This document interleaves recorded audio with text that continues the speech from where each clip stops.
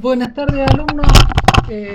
¿Cómo están? Hoy vamos a hacer un nuevo video. Esta vez vamos a continuar con el tema anterior, que habíamos hecho una breve introducción a lo que es el déficit intelectual o retraso mental.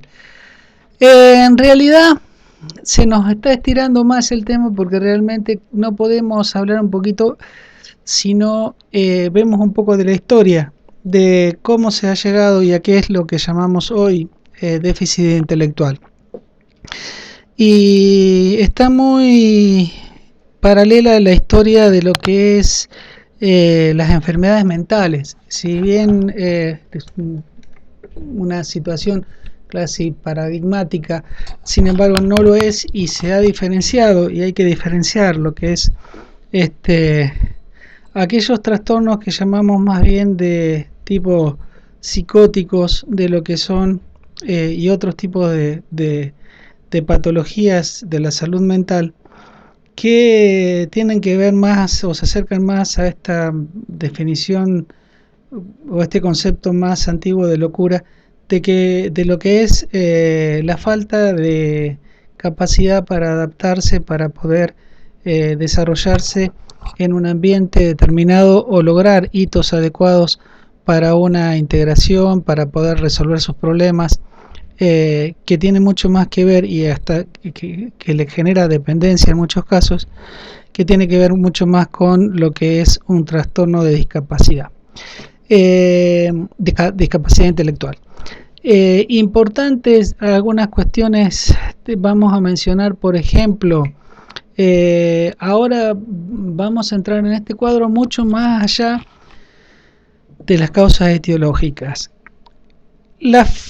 ¿Con qué frecuencia se presenta en la población general? Generalmente se dice que no importa, va a haber variancias de país a país y va a haber variancias de lugar a lugar, pero va a haber muchas variancias también por el método con que se lo estudia y la importancia con la que se estudia. En el 2018 se terminó un informe presentado por el gobierno de Argentina, sobre todo que estaba más, donde se hizo un estudio epidemiológico más centrado en la provincia de Buenos Aires y en la capital. Y los niveles y los números que dan no se apartan de lo que se esperaría de la población general.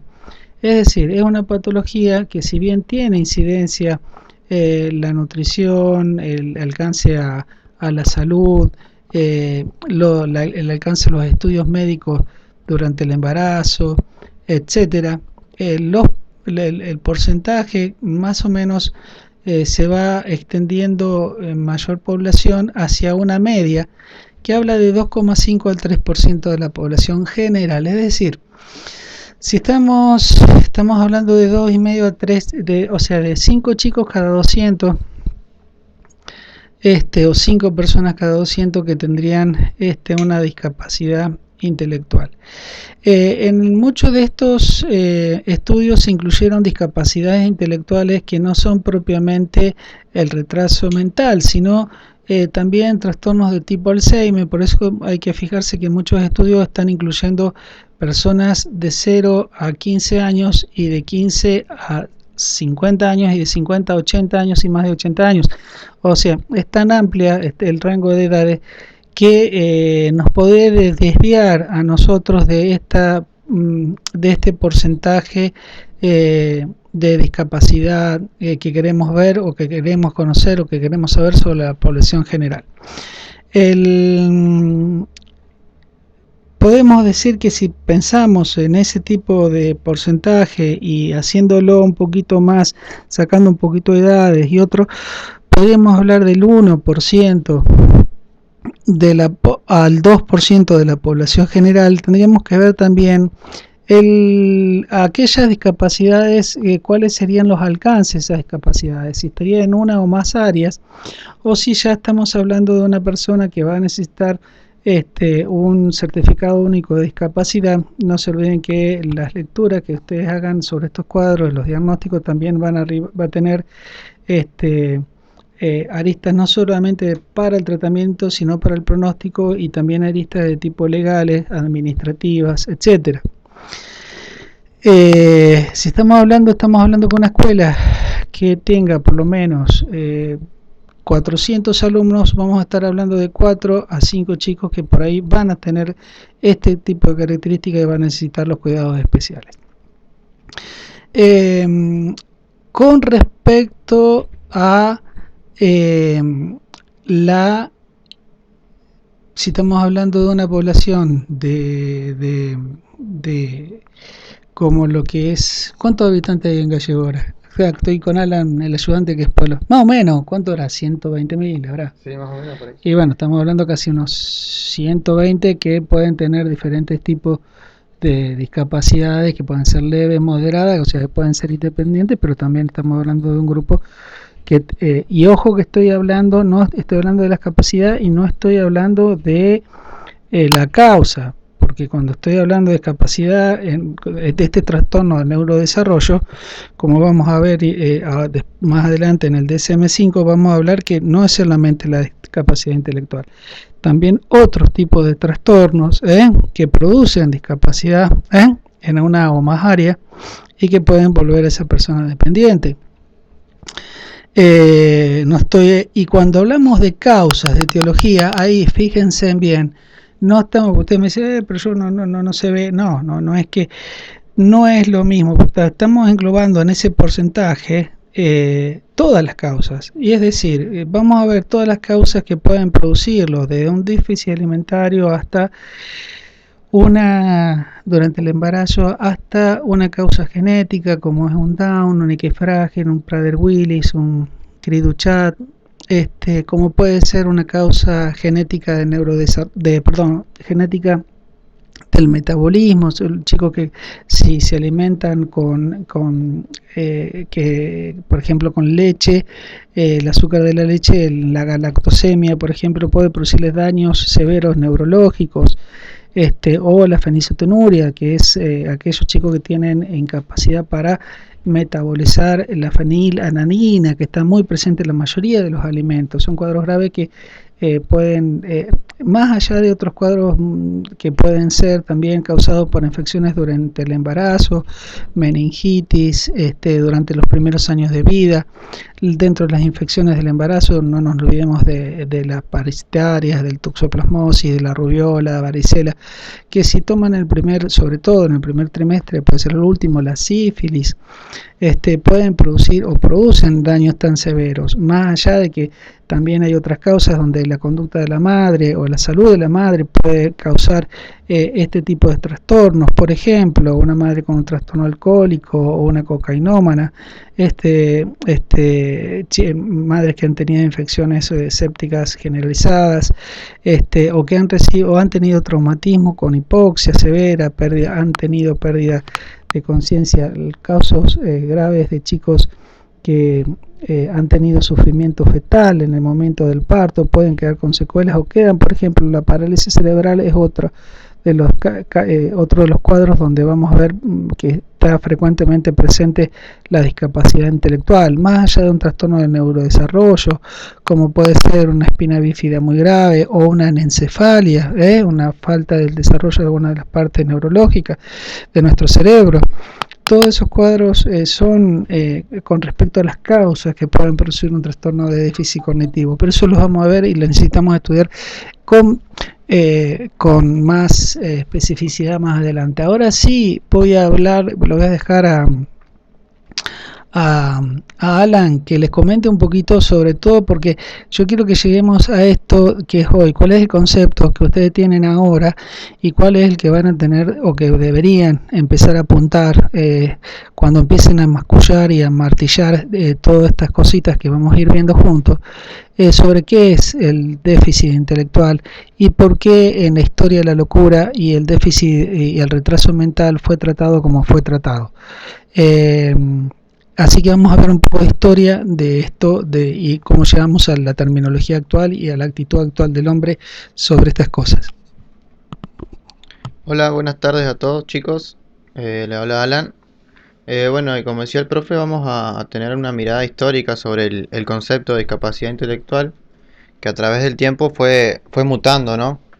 Eh, Podemos empezar viendo a Hipócrates, ¿no? En la época de Hipócrates, perdón, se empezó a estudiar o tenemos los primeros estudios sobre algún déficit cognitivo. Este, Él decía, por ejemplo, que los desórdenes mentales eran consecuencia de enfermedades del cerebro y intentó explicar de forma coherente todas las enfermedades mentales, ¿no? A partir de causas naturales. Eh, También una persona importante sobre esto es Alcmeón de Crotón, que ¿cómo es? Contemporáneo de Hipócrates, el cual es considerado como el padre de la medicina, ¿no? Eh, También podemos irnos a las épocas de Esparta o de la antigua Roma, en las cuales se podía ver mucho infanticidio sobre los niños que nacían con esta discapacidad, ¿no? Eh, se, los, Se los trataba muy mal. Muchas veces por ahí algunos eran dejados con vida, ¿no? Pero la mayoría eran exterminados, eran tirados por barrancos igual.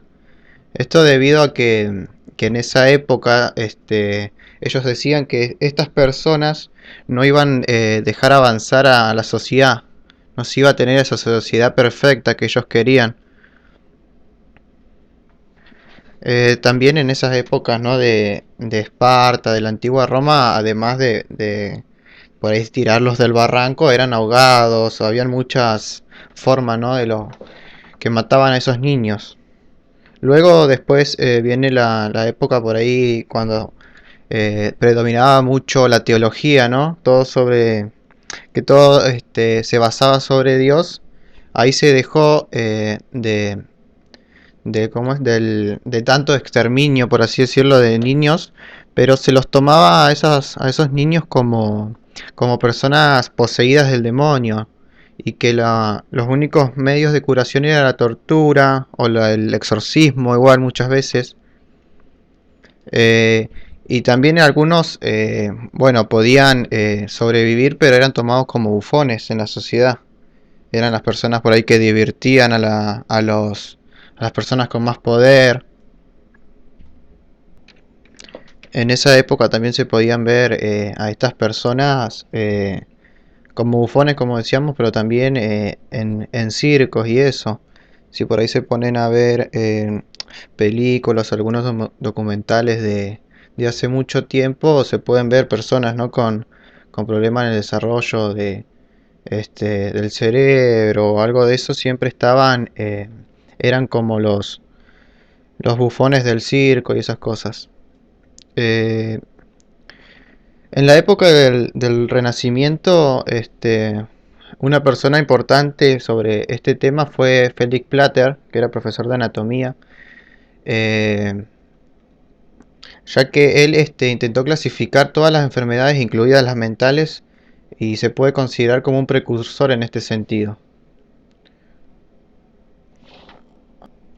Viniendo un poco más, siguiendo con el tiempo, una época que tuvo muchos logros sobre este tema fue en la época de la Revolución Francesa, en 1789, ya que se buscaba ahí la igualdad, la libertad, la fraternidad.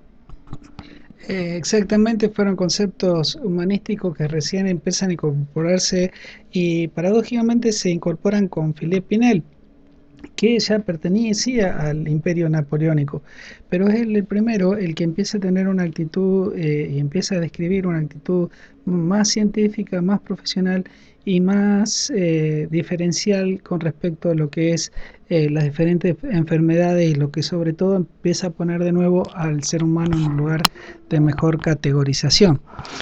Fíjense en todo esto, lo que está contando Alan. Estamos pasando desde conductas de los griegos y antes de los griegos, a veces de desembarrancarlos si los griegos no estaban bien, a otras posturas donde cuando nacía se lo creía, y eso todavía está muy pegado. Se lo creía de consecuencia de un castigo divino, que se lo consideraba que consecuencia de un pecador o una pecadora, se lo consideraba como un infortunio para un lugar, a veces hasta con malos augurios para el futuro.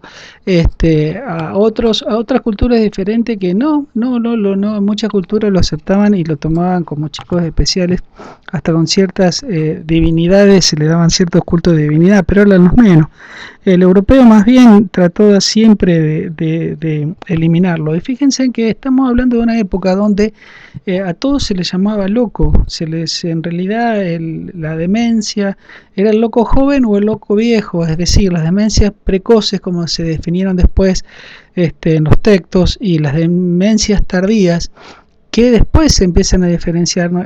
A una cuestión de decir, bueno, demencia es, por ejemplo, cuando las definiciones de Alzheimer, sobre pérdida de memoria, sobre la presión de agnosia, de afasia, de apraxia, etcétera.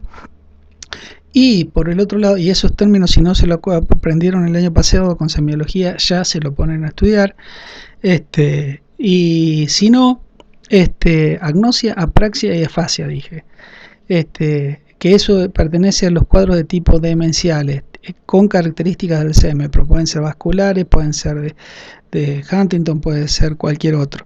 Y los otros cuadros que tenían que ver con procesos de epilepsias, procesos epilépticos, desde psicosis, es decir, aquellas personas que perdían el contacto con la realidad, que vivían bajo un mundo de percepciones inexistentes, tanto visuales como auditivas, es decir, con alucinaciones, y aquellas otras que por el contrario nacían o adquirían a muy temprana edad la imposibilidad de alcanzar las mismas características en su desarrollo psicomotor que el resto de los chicos o de los adolescentes.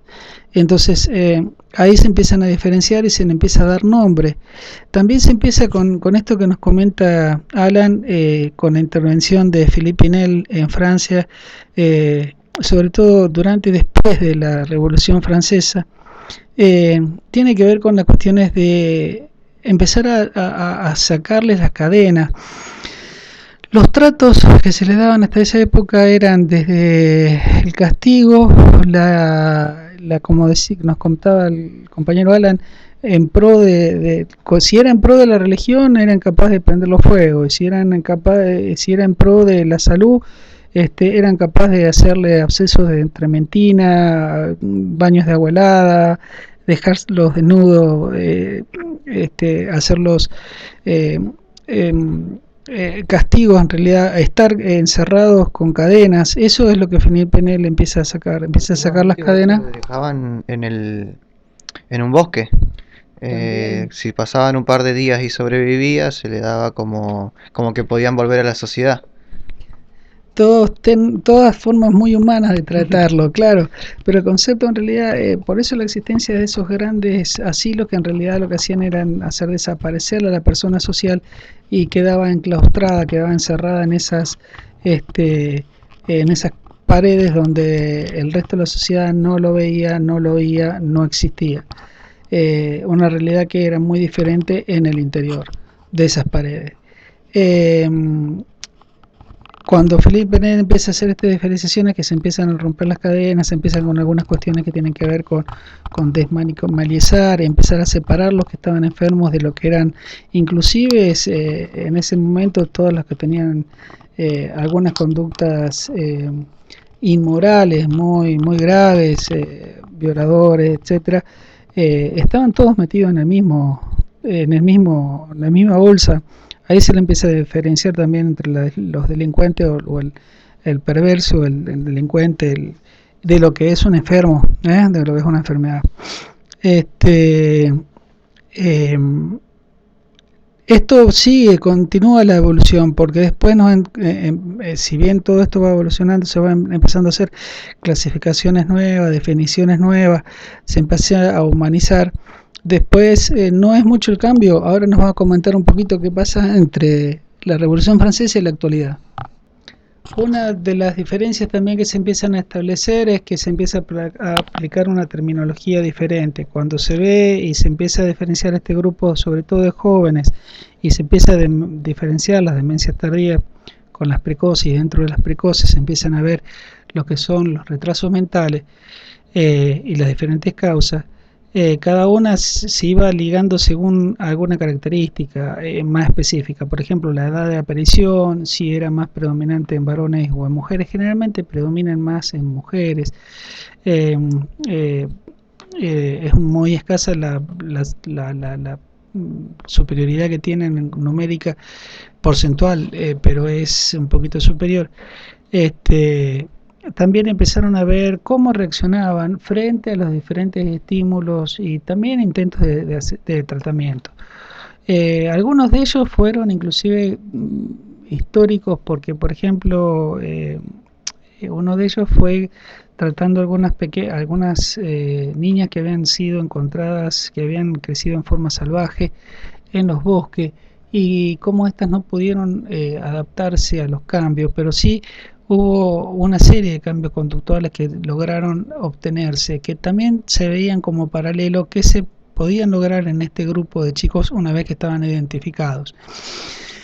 Y es así que empiezan a aparecer otros términos, como por ejemplo el de adiestrable y enseñable, es decir, dos grupos diferentes donde según las capacidades eran capaces de ser adiestrados a conductas, a nuevas conductas más adecuadas, más propias, más sociables, o enseñables. Eso son términos que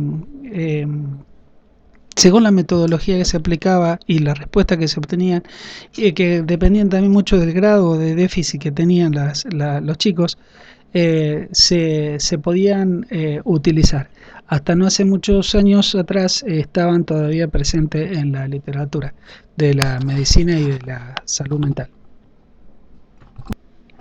Bueno, si seguimos viendo sobre la historia de este concepto, podemos hablar igual sobre la Segunda Guerra Mundial y qué relación tuvo la discapacidad acá, ¿no? Eh, y bueno, en esa época Hitler propuso un programa llamado eutanasia, perdón, en la cual el objetivo era eliminar a todas las personas que sean una amenaza para la pureza genética aria, decía él. Y acá en estos objetivos entraban las personas con alguna discapacidad mental, también entraban los judíos, los gitanos. No se olviden que también en Estados Unidos al mismo tiempo, si bien sobre todo la zona sur de los Estados Unidos todavía estaba impregnada, a pesar de haber pasado muchos años de la guerra civil estadounidense, todavía el sur estaba impregnado de que el negro era inferior, tenía un déficit inclusive cognitivo, los llamaban, los trataban como deficitarios con respecto a lo que era el blanco. Algo parecido pasaba con los amantes de la raza blanca o del neonazismo. Consideraban que esa era la raza pura y la que tenía una superioridad tanto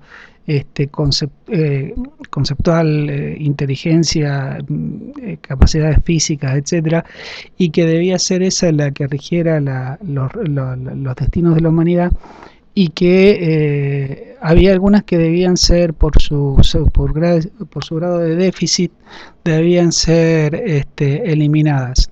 Desgraciadamente se hicieron muchísimas matanzas con respecto a esta cuestión. La eutanasia fue un proyecto de asesinato en masa desde razas distintas sobre chicos que tenían discapacidades. No solamente era por la raza, no solamente eran por el color, también por si presentaban discapacidades, eran personas que estaban destinadas a la muerte. o a la investigación. Algo llamativo que siempre nos sorprende, porque esto nunca se termina, por ejemplo, Asperger, que ustedes habrán escuchado. Asperger es una de las formas de presentación del trastorno del espectro autista que vamos a estudiar este año. Y el doctor Asperger fue médico durante la guerra, yo recién ahora me entero, durante la Segunda Guerra Mundial, y si bien fue capaz de describir y hacer grandes avances con respecto al autismo, de hecho, del grupo de chicos que él empieza a identificar con características propias, empieza a decir: los chicos tienen problemas de retraso, tienen problemas de integración social, tienen movimientos estereotipados, hablan muy poco o nada, son así, así, así. Esos grupos que empieza a separar, que dice: esto es distinto al resto, algunos son inteligentes, otros no. Dice: estos son distintos al resto, esto no es un retraso intelectual, esto no es una psicosis, esto es un trastorno específico, lo vamos a llamar autismo. Y empezar sobre todo esto que tienen capacidad de un lenguaje, que son precisamente los que más después diferencian de otros tipos de autismo, como el RED, como otros tipos de autismo o trastornos desintegrativos, etcétera. Lo que sí hoy se sabe que si bien algunos de los pacientes que tuvo en ese momento llegaron a ser premios Nobel, luego hay que ver esto, algunos de ellos lograron integrarse socialmente después de haber pasado por manos del doctor Angelman, y más estos que son de Asperger, estaba hablando de Asperger, pasaron por manos del doctor Asperger, y resulta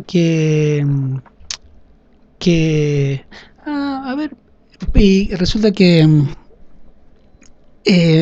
muchos chicos también desaparecieron, no se supo qué pasó con ellos después de haber estado en los centros de internación de este médico. Bueno, y así vamos. Ahora está mi compañero buscando las últimas apreciaciones sobre la evolución, pero sí esto que es, vamos llegando al finalizar la Segunda Guerra, esta cuestión que se ve con horror del trato de estas personas, de cómo se fueron mutiladas. Con respecto a eso, hay antecedentes mucho anteriores. Inclusive los mayas se piensa que algunas personas con trastornos se le hacían cirugías craneales. También como parte de la evolución de la psiquiatría se hicieron intervenciones quirúrgicas que en su momento se creía muy terapéuticas, pero después se descubrieron que eran muy nocivas. Pero también dio lugar a intervenciones quirúrgicas que hoy todavía se utilizan y son buenas, pero el maltrato, ese es el tema. Y esta locura que fue este terror, este horror que fue la cuestión de una utilización de estos conceptos de intelectualidad, de resolución de problemas, de comunicación, de niveles de inteligencia, etcétera, y la eliminación de este otro que se considera diferente o menor. Y hoy tanto la salud mental está mucho más especificada, y por eso es lo importante que aprendan bien a manejar los manuales de clasificación, para que puedan guiarse con ellos y poder tener con claridad qué se trata. Y por supuesto que estamos inmersos en una metodología hoy de abordaje donde la desmanicomialización es prioritaria, donde el trato humano del paciente enfermo es prioritario, donde la desaparición de estos centros de internación y la aparición de centros de día, o sobre todo centros que estén de la integración del discapacitado a la sociedad, es algo imperioso. Un cambio a doble punta, ¿no? Tanto para uno como para el otro, poder tener una integración que es que corresponde, humanamente corresponde. Pero fíjense en que hay que reconocerlo, somos resultado también de una historia, y por ende también muchas de estas cosas ustedes las van a ver cuando estén en los primeros casos que vayan a ver, sobre todo parejas jóvenes que han tenido, que los ha sorprendido en algún momento de su vida el nacimiento de un chico con discapacidad y ya tiene que empezar la escuela, empieza a acudir, o mucho antes, empieza a acudir a un psicopedagogo dentro de este trabajo multidisciplinario que tienen que prepararse para hacer junto con los neurólogos, los pediatras, los psicólogos, con todo el resto, y se les planta a ustedes enfrente y le digan yo qué hice, o por qué me pasó esto, o qué va a pasar con mi hijo. Bueno, para eso tienen que estudiar, porque para eso se tienen que preparar, y para eso está la cuestión de poder ayudarlos a incorporarse y a, y a sacar el mayor provecho posible de todas las capacidades remanentes que puedan tener, y sobre todo el apoyo familiar, que es muy importante en este y en todos los casos. Trabajar con la familia es sin duda muy importante.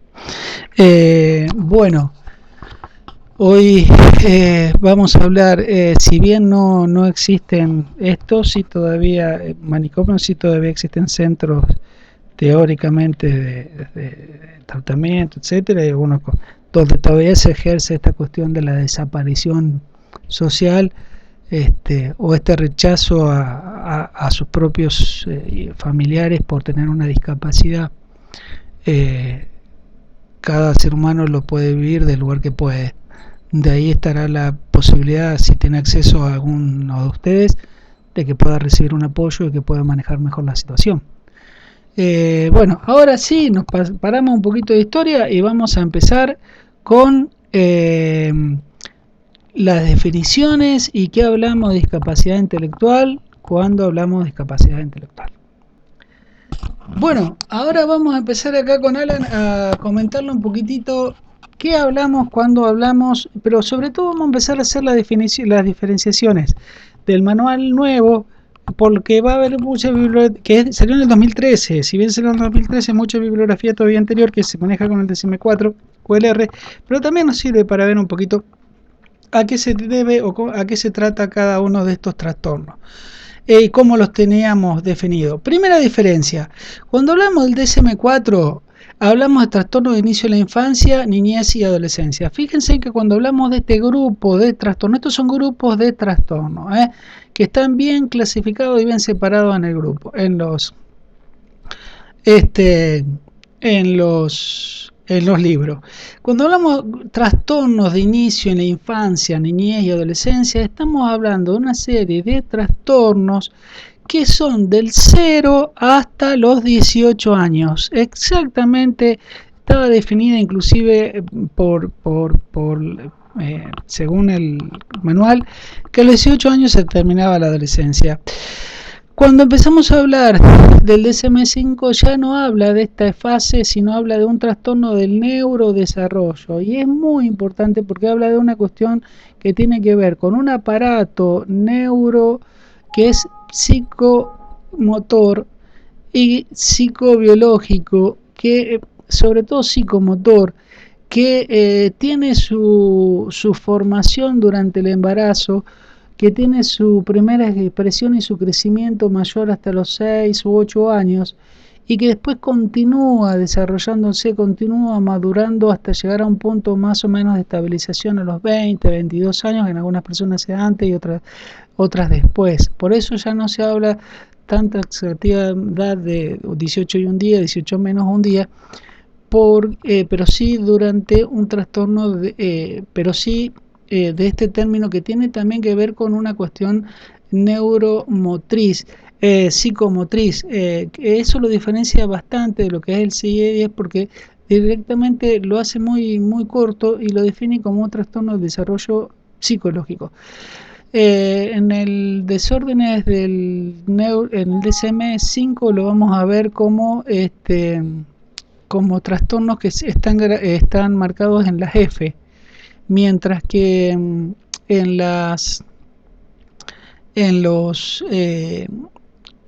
CIE-10 están marcados como F70 para 80. Ahora, Acá vemos cuáles son los que se llaman, según el DSM-4, trastorno del déficit de trastorno de inicio en la infancia, niñez y adolescencia, que son el resultado fundamental para psicopedagogía, digamos. Trastorno por déficit de atención con hiperactividad. Trastorno disocial, una forma que está afectada a la conducta. Trastorno negativista desafiante, otro trastorno fundamentalmente de conducta. El primero, un trastorno más bien de atención, con un aspecto que puede estar presente o no, que es la hiperactividad y la impulsividad. Los trastornos de aprendizaje y las habilidades motoras de la comunicación. Los trastornos, el retraso mental, acá fíjense que antes del 2013 era retraso mental. Trastornos generalizados del desarrollo, que tienen que ver con una cuestión muy parecida a la anterior. Trastorno de tics, movimientos involuntarios, a eso se refiere con los tics. Y otros trastornos de inicio en la adolescencia, infancia y adolescencia y en niñez, que son la ansiedad por separación, los mutismo selectivo, reactivo de comunicación de la familia o niñez y de movimientos estereotipados. Esos serían algunos de los conceptos que estarían durante el inicio.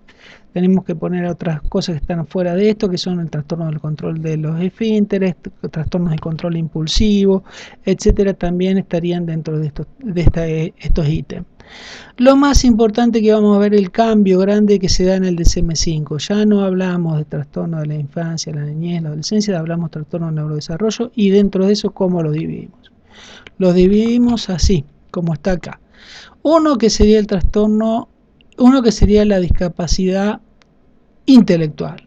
Y dependiendo de los diferentes grados, podría ser leve, moderado, severo y profundo. Ya anteriormente también estaba clasificado como leve, moderado, severo y profundo, y ustedes tienen que aprender a clasificarlo y a poder diferenciarlo. Cuando están frente a una persona, a un niño, a un adolescente, a un adulto, qué grado de discapacidad intelectual tiene. Y fíjense que, por ejemplo, si una persona empieza con un serio déficit intelectual, después de los 25 o 30 años, ya no podemos hablar que es una discapacidad intelectual. Podría ser otro cuadro y seguramente va a recibir otro nombre.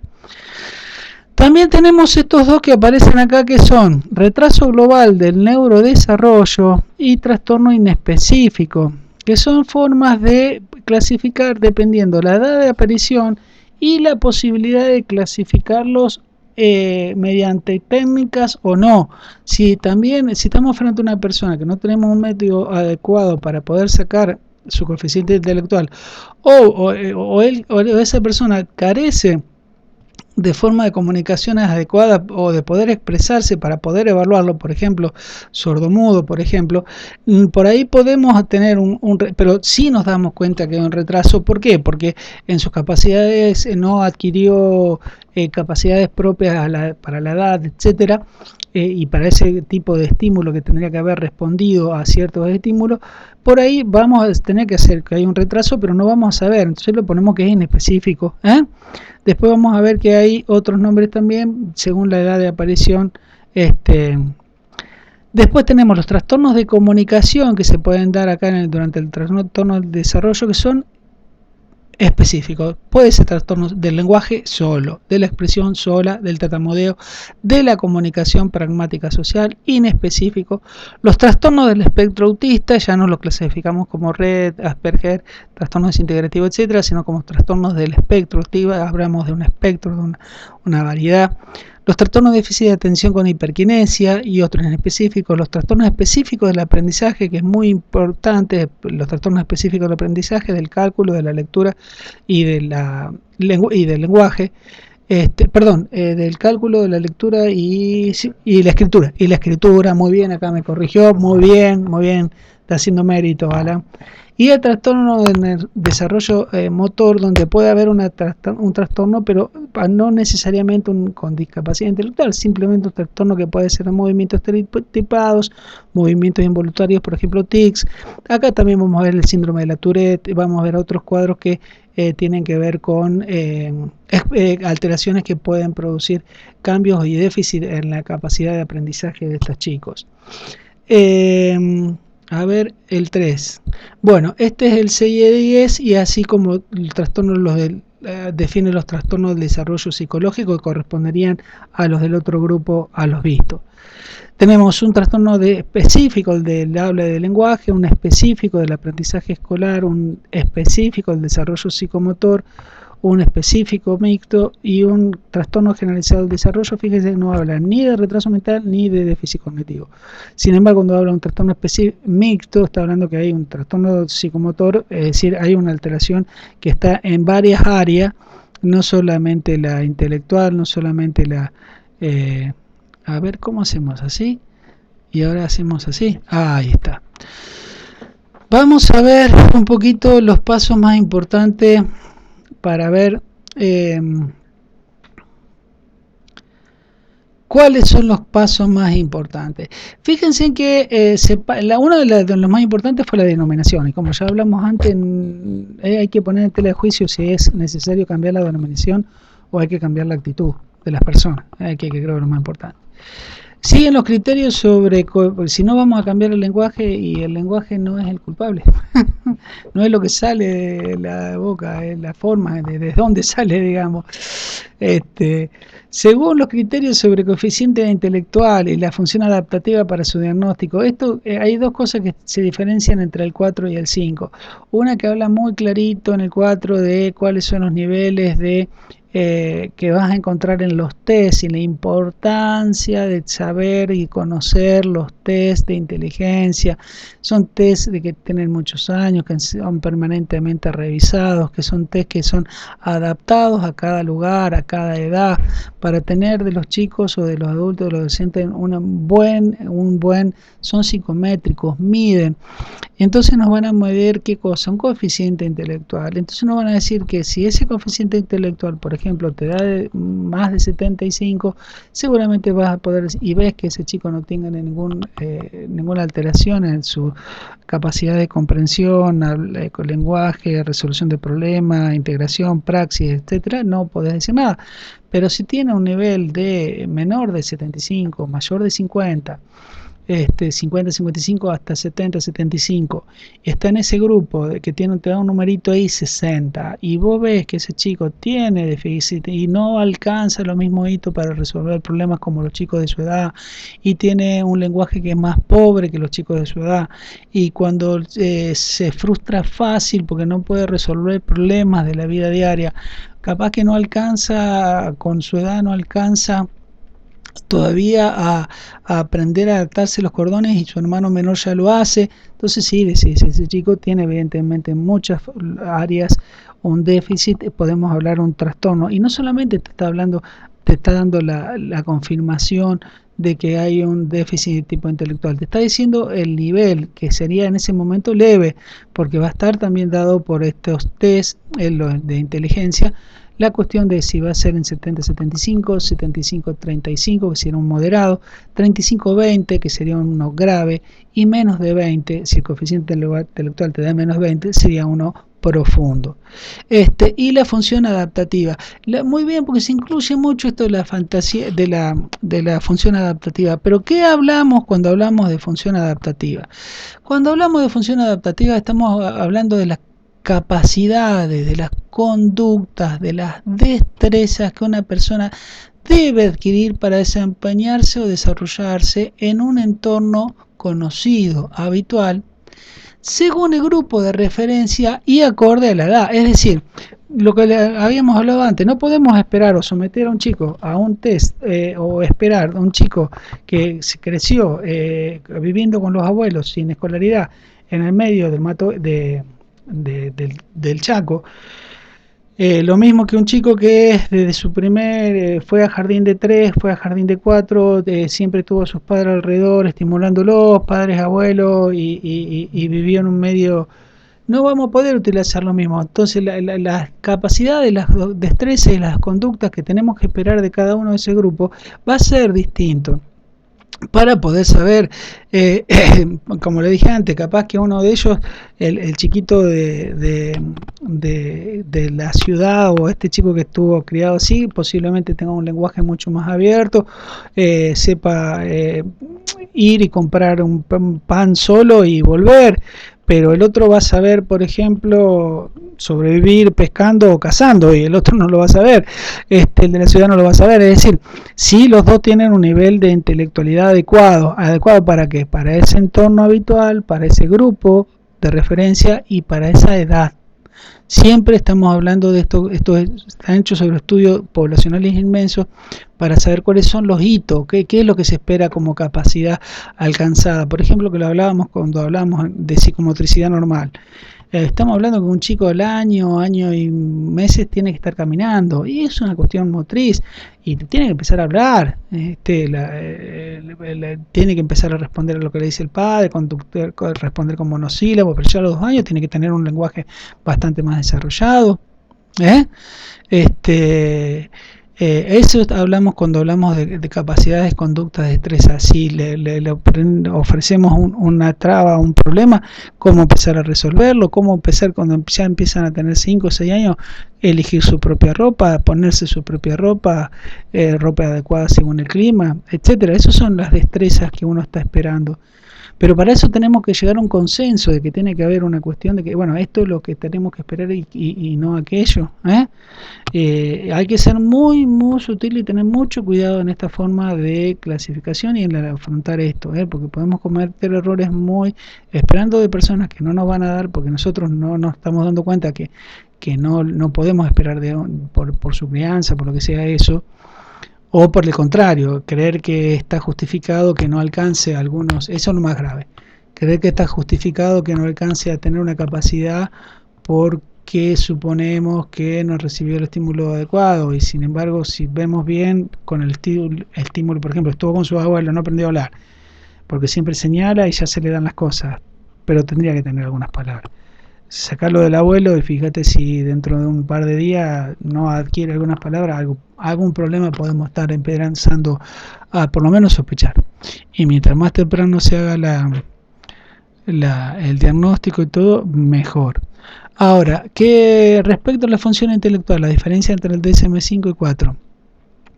Especifica las áreas en las cuales se deben centrar la evaluación: razonamiento, problema, juicio abstracto, aprendizaje académico, aprendizaje a través de la experiencia. Fíjese cómo está bien especificado a dónde va la evaluación. Si vos vas a tener que ver si ese chico tiene una dificultad, un déficit intelectual, tenés que evaluar su capacidad de razonamiento, resolución del problema, pensamiento abstracto. Chicos con un déficit intelectual moderado grave no tienen pensamiento abstracto. De hecho, un leve, por ejemplo, puede pasar desapercibido porque si bien el pensamiento es más bien concreto, pero cuando en la escuela le sacan todos los siempre repito lo mismo, ¿viste? Cuando le sacan todos los palitos, le sacan todas las cuestiones concretas para contar, etcétera, y empiezan con cuestiones abstractas, ahí empiezan a darse cuenta que tienen un déficit intelectual. Y mucho más si ya directamente no alcanzan ni siquiera eso, como son los moderados, los graves y los profundos. A veces aprende de la experiencia o comete siempre los mismos errores. La intervención especial de cómo deben ser los instrumentos, esto hay que tener cuidado. Después Alan nos va a hablar un poco de lo que son los test. Le vamos a mencionar, porque no le vamos a enseñar los test, sí le vamos a mencionar cómo funcionan, cuáles son, que es un test psicométrico, aquel que te mide, que es un test proyectivo, aquel que tiene que ver con una cuestión más gestáltica, etcétera, etcétera. Y los instrumentos deben ser individualizados, estandarizados, culturalmente apropiados y psicométricamente validados. Es decir, no podemos aplicar uno de Inglaterra para tal tipo de cosas para una población completamente diferente, un lugar diferente, con experiencia distinta o con forma de vida diferente. Todos están estandarizados, están adaptados al lugar. El DSM-5 amplía la información y matiza que es necesario el apoyo constante en el colegio, trabajo, vida y que este trastorno intelectual debe ir acompañado de un déficit significativo en las funciones adaptativas. ¿Qué significa? Esto también se aplica cuando veamos los otros trastornos. Por ejemplo, el trastorno de déficit de atención con hiperquinesia. ¿Cuándo vamos a mencionar la hiperquinesia? ¿Cuando el chico es hiperactivo? No. Porque puede ser un chico con hiperactividad, pero estar adaptado. Es decir, la hiperactividad que tiene no lo perturba, no lo joroba, no joroba a nadie, Él es activo, se la pasa haciendo actividad, deporte, juega, etcétera, etcétera, pero cuando tiene que hacer las tareas las hace, cuando tiene que hacer lo que la madre le pide lo hace, cuando tiene que dormir duerme, cuando tiene que levantarse se levanta. Entonces, siempre que haya una situación cualquiera, yo mencioné como la actividad, ahora cuando estamos hablando, por ejemplo, de esta cuestión, la resolución de los problemas, tiene resolución de la matemática y el resto como está perfecto, no podemos hablar que es un déficit intelectual. Tenemos que hablar siempre y cuando este tipo de cuestiones le traiga problemas en su vida. Es más, ya el DSM-5 te dice no solamente que le traiga problemas, sino que necesite información, que necesita un apoyo para poder resolverlo. Y fíjense en que acá vamos a empezar a hablar con dos cositas diferentes que tienen que ver con apoyo. Una que tiene que ver con supervisión. Observo y veo y corrijo si es necesario, pero si no es necesario no corrijo. Y otra cosa es ayuda, no puedo dejarlo que lo haga solo. Yo tengo que hacerlo por él. Eso depende del grado intelectual de déficit. El ejemplo más simple sería qué clase de apoyo necesita un débil moderado cuando sale del baño. Le vamos a mirar si se limpió o no. Le vamos a decir, ¿te acordaste de limpiarte? ¿Te lavaste las manos? Eso sería una supervisión. Una ayuda ya, no supervisar, sino ayudar, ya diría, tengo que entrar con él antes que termine porque lo tengo que ayudar a limpiar.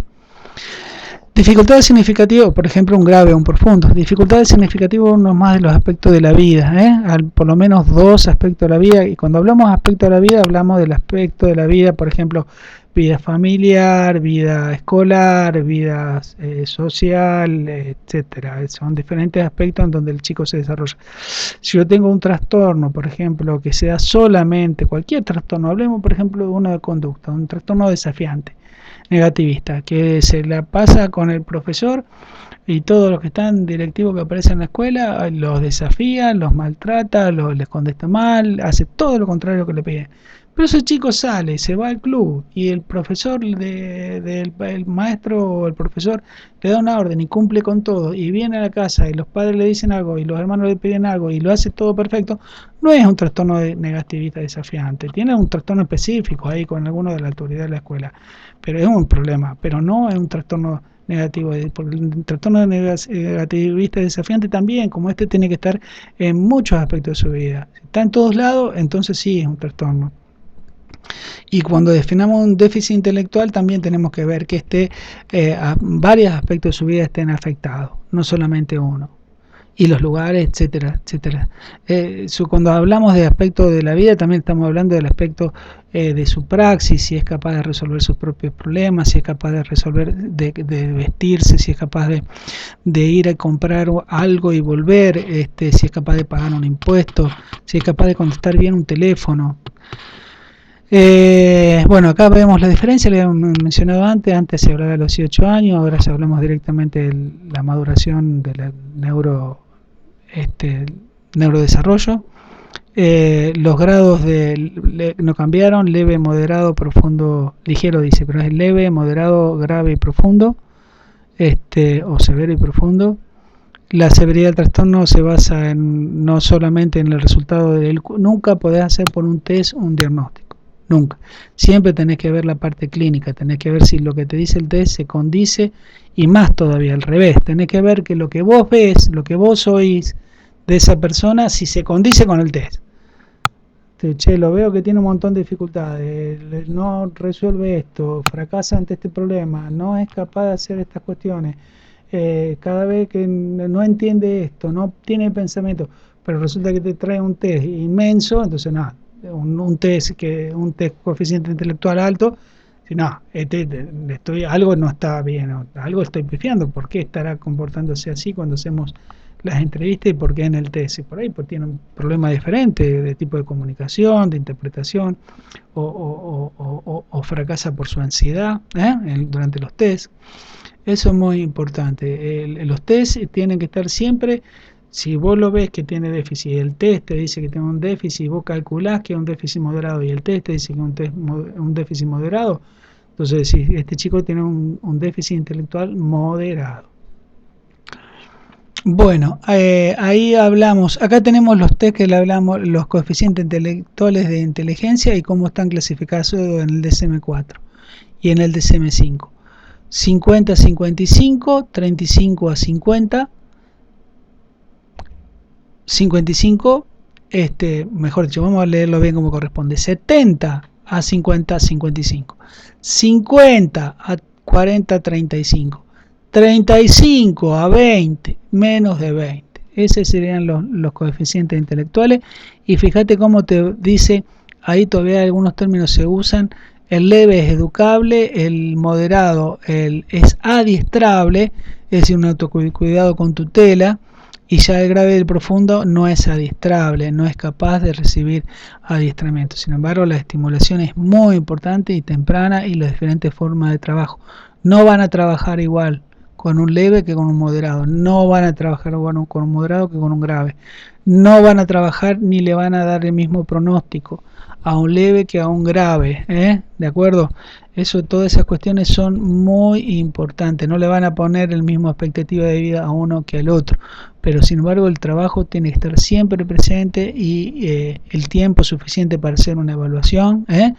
Nunca pueden apresurarse a hacer un pronóstico si no se toman mucho tiempo antes.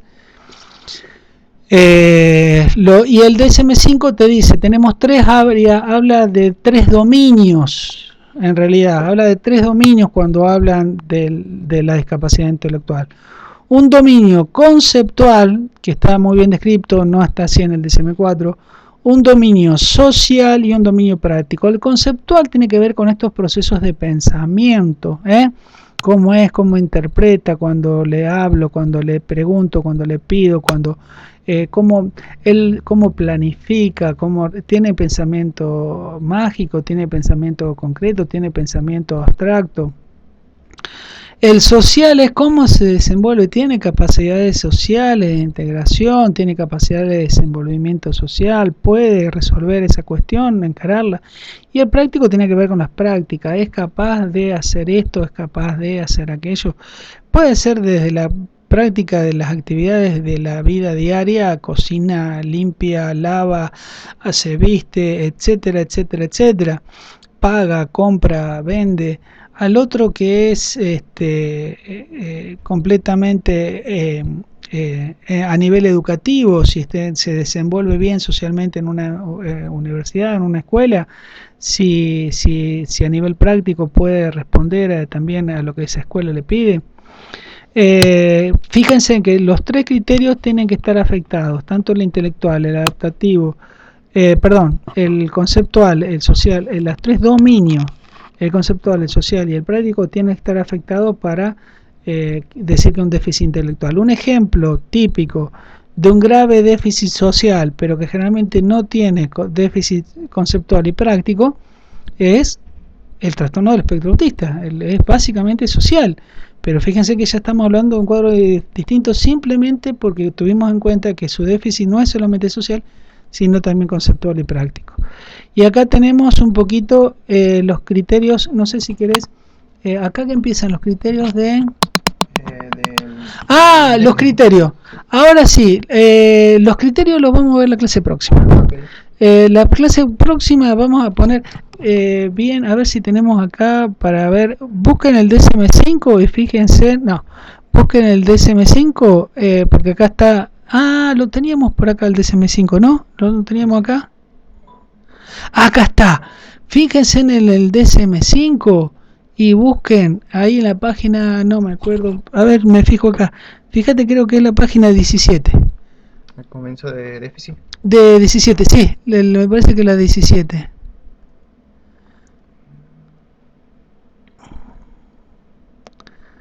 A ver, ahí está. Fíjense, acá esto es el DSM-5, el último, y cómo, por esto acá van a ver cómo, cuando hablen de discapacidad de retraso mental, van a tener que hablar de esto.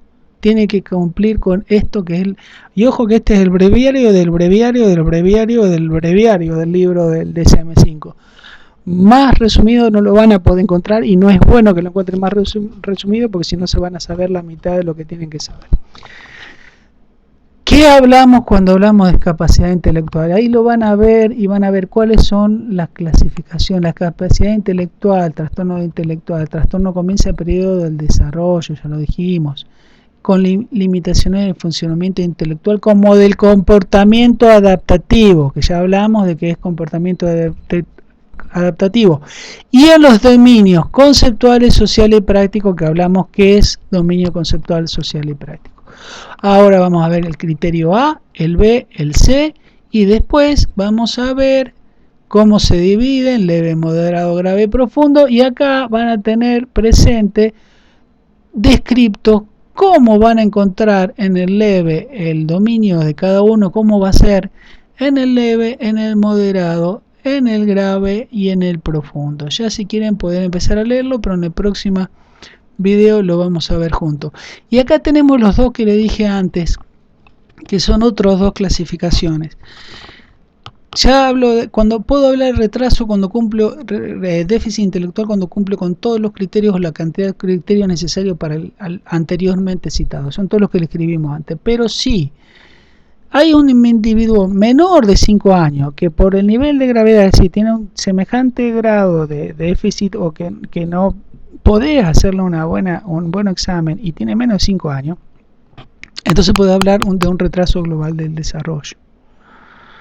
Y si, por ejemplo, es mayor de 5, pero por algún déficit, que ya sea más allá de su discapacidad intelectual, esto que le hablábamos antes, que tiene un déficit intelectual, ustedes se dan cuenta, lo ven clínicamente, lo evalúan clínicamente, pero no es posible o les es imposible a ustedes hacer un buen examen, ya sea porque es sordo, porque es ciego, porque te olvidaste los test, qué sé yo, no tenés tus test ahí para poder hacerle, entonces no podés decir, hay un déficit intelectual tanto, no, decís simplemente si es una discapacidad intelectual no especificada y tomás tiempo para poder hacer la clasificación correcta. Gente, ha sido un gusto, ahora lo dejo con Alan para que salude y si quiere cerrar con algo, y esto es lo que vamos a ver la próxima. Bueno chicos, vamos cerrando. Sí, seguramente en el transcurso de la semana vamos a estar subiendo la segunda parte. Esto, bueno, ya lo estoy subiendo. Así que bueno, espero que les guste el video y estamos hablando por WhatsApp.